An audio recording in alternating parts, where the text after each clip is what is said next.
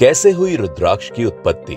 ऐसा माना जाता है कि रुद्राक्ष भगवान शिव का ही एक छोटा रूप है, या ये कहें कि शिव खुद रुद्राक्ष में निवास करते हैं। कुछ धर्म ग्रंथों के अनुसार जो व्यक्ति रुद्राक्ष की माला पहनता है उस पर महादेव की विशेष कृपा होती है, और इसके साथ ही ये भी बताया गया है कि संकट के समय किए जाने वाला महामृत्युंजय मंत्र का जाप बिना रुद्राक्ष माला के पूरा नहीं माना जाता। असल में रुद्राक्ष दो शब्दों से मिलकर बना है, जो है रुद्र और अक्ष।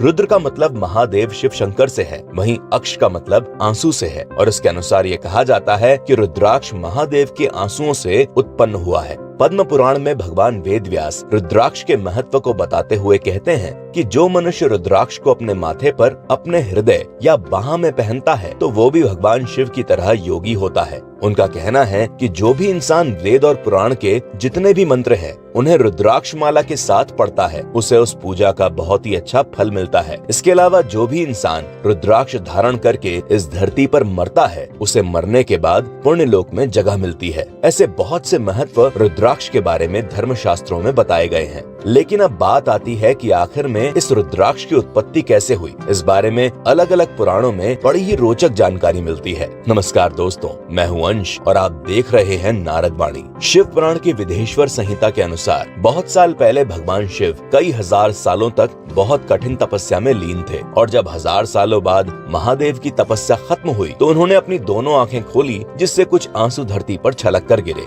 उन्हीं आंसुओं की बूंदों से रुद्राक्ष नाम का पेड़ उत्पन्न हुआ। भगवान शिव रुद्राक्ष के बारे में माता पार्वती को बताते हुए कहते हैं कि जो रुद्राक्ष बेर के फल के बराबर होता है उसको पहनने से हर तरह का सुख और सौभाग्य मिलता है। सबसे अच्छा रुद्राक्ष वो होता है जिसका आकार आंवले जैसा हो, वो हर तरह के कष्टों का नाश करने वाला होता है। सबसे खास बात ये है कि रुद्राक्ष का आकार जैसे जैसे छोटा होता जाता है वैसे वैसे उससे मिलने वाला फल बहुत ज्यादा लाभकारी होता है, क्योंकि बड़े बड़े विद्वानों ने एक छोटे से रुद्राक्ष को बड़े रुद्राक्ष का 10 गुना ज्यादा फल देने वाला बताया है। रुद्राक्ष की उत्पत्ति के बारे में एक और कथा पद्म पुराण के सृष्टि खंड में सुनने को आती है कि सतयुग के समय एक बहुत भयंकर त्रिपुर नाम का राक्षस था, जिसने उस समय पूरी धरती पर बहुत ज्यादा उत्पात मचा रखा था। साथ ही देवताओं तक के साथ उसका बहुत दिनों तक भयंकर युद्ध हुआ। उस युद्ध में देवताओं के बहुत से सैनिक मारे गए और इसके बाद सारे देवता उस दानव से हार गए। बहुत से देवताओं का वध करने के बाद त्रिपुर अंतरिक्षचारी नाम के नगर में जा बसा, लेकिन उसे परम पिता ब्रह्मा का वरदान था, इसीलिए उसी वरदान के घमंड में चूर वो राक्षस पूरे संसार को नष्ट करना चाहता था। उसकी इस योजना से सारे देवता बहुत ज्यादा चिंतित हो गए और फिर सभी देवता भगवान शिव की शरण में गए। भगवान शिव से देवताओं ने प्रार्थना की कि हे प्रभु, कृपा करके इस दानव का अंत कर दीजिए, नहीं तो देखते ही देखते समय से पहले इस संसार का नाश हो जाएगा। इस पर भगवान शिव को उस दानव पर बहुत क्रोध आया और उन्होंने उस दानव को मारने के उद्देश्य से उन्होंने अपना आजगव नाम का धनुष लिया और उस पर एक भयंकर तीर चढ़ाकर उस राक्षस पर छोड़ दिया। उस तीर के लगते ही त्रिपुर आकाश से धरती पर आ गिरा और इस तरह उसका अंत हो गया। कहा जाता है कि त्रिपुर से युद्ध करते समय महादेव के शरीर से पसीने की कुछ बूंदें धरती पर गिरी और उन बूंदों के गिरते ही धरती पर तुरंत ही रुद्राक्ष नाम का वृक्ष प्रकट हो गया। रुद्राक्ष अनेक तरह के बताए गए हैं, जैसे कि एक मुखी रुद्राक्ष से लेकर 14 मुखी रुद्राक्ष तक पाए जाते हैं, जिनका अपनी अपनी जगह अपना अलग अलग महत्व है। शिव पुराण में 1 से लेकर 14 मुखी रुद्राक्ष को धारण करने के अलग अलग मंत्र बताए गए हैं। साथ ही ये भी बताया गया है कि रुद्राक्ष धारण करने वाले को चाहिए कि वो पूरी तरह से अपने शरीर को शुद्ध करके उन 14 मंत्रों का जाप करने के बाद ही रुद्राक्ष को धारण करे। जो भी इंसान इस रुद्राक्ष की माला को पहनता है उसे भूत प्रेत और बुरी आत्माएं कोसों दूर रहती हैं। साथ ही रुद्राक्ष धारण करने से भगवान शिव के साथ साथ भगवान विष्णु, माँ जगदम्बा, श्री गणेश और दूसरे देवता भी खुश होते हैं और उन सबकी विशेष कृपा मिलती है।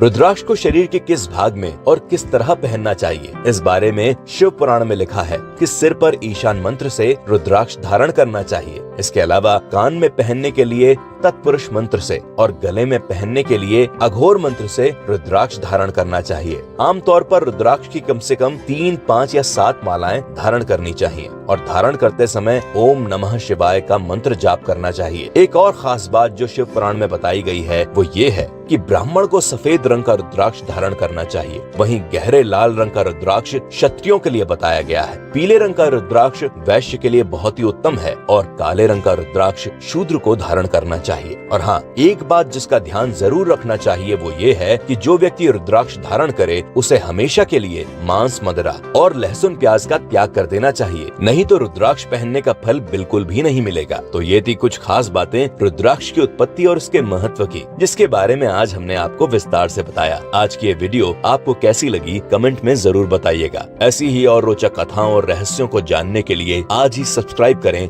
नारद वाणी। नमस्कार।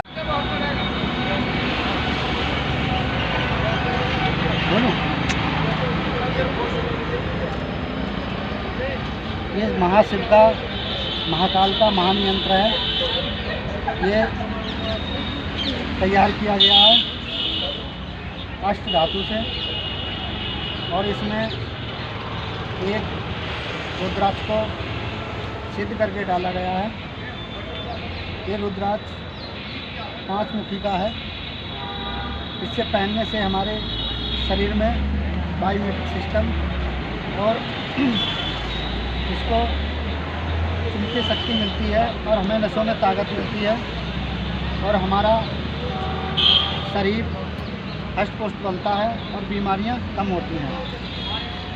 ये वैदिक रूप से हमारे वेदों में आया है। रुद्राक्ष को महान रत्न कहा गया है महाकाल का। इसको पहनने से आध्यात्मिक ज्ञान में बढ़ोतरी होती है और इसको पहनने से हमें भौतिक ज्ञान में भी मात्रा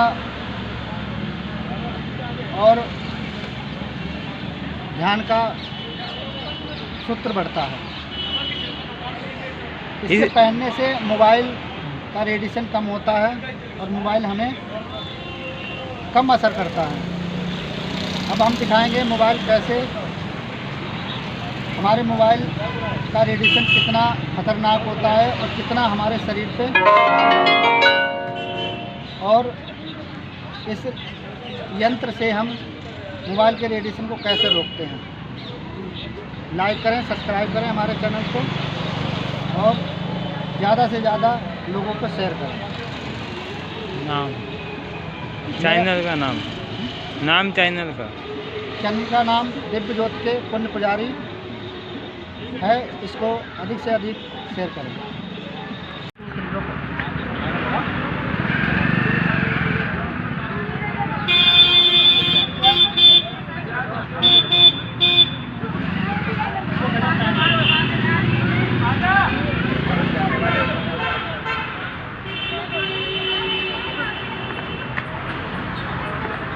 सांस लो, मंत्र जाप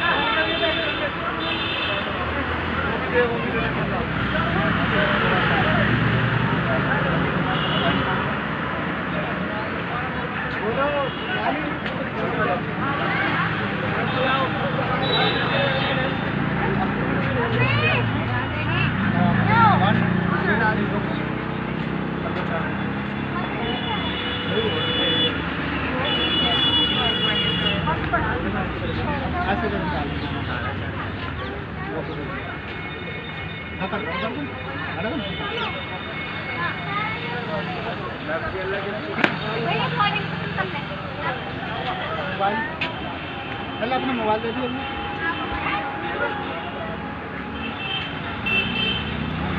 मोबाइल पकड़ना है। अरे ये नहीं, मोबाइल पकड़ना है। ऐसे सिंपल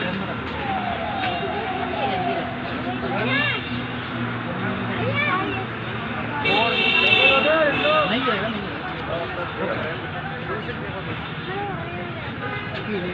अब खाली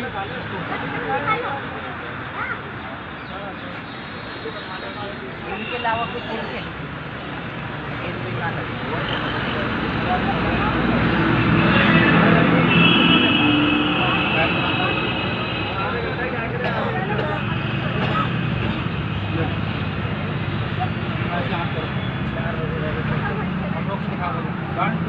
लगा दबा के नहीं आप लोग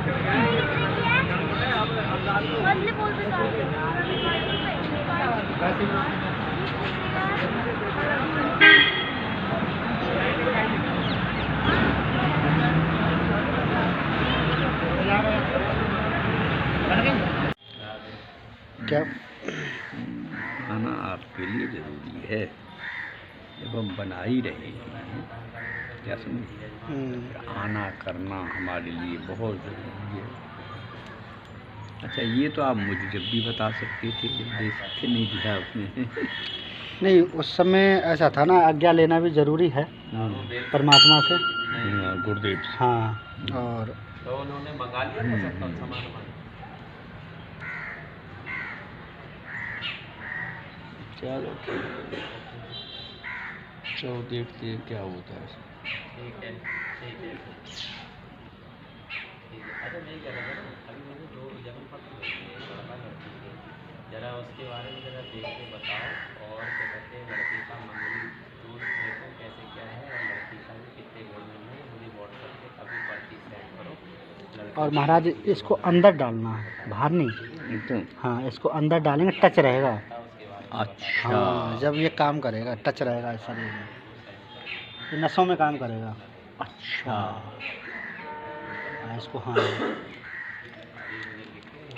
देखिए, तुलसा जी भी हमारा बहुत अच्छा काम है। बहुत अच्छा काम, इसमें सब चीज़ पड़ी हुई है, हर चीज़ की इसमें ना है। इसमें भस्म बनाई हुई है इसमें। एक चीज़ नहीं, बड़ी मेहनत लगी है इसमें।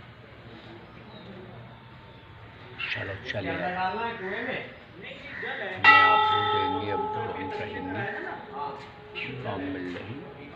थोड़ा चाय फाय पिए, चले महाराज। अच्छा।